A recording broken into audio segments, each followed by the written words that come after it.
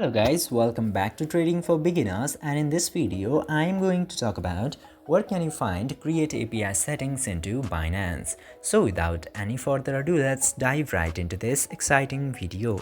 In order to find and create API, you just simply have to open your Binance application and then tap to Binance into top left corner.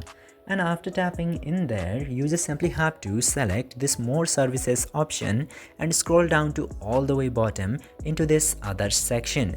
Now into here, you will get this API management section. Tap to API management, and after that, you will directly get the option of create API. Tap to create API, and then you can choose two options. First one is system generated and second one is self generated. Just simply choose any of the option which you would find suitable and tap to next option.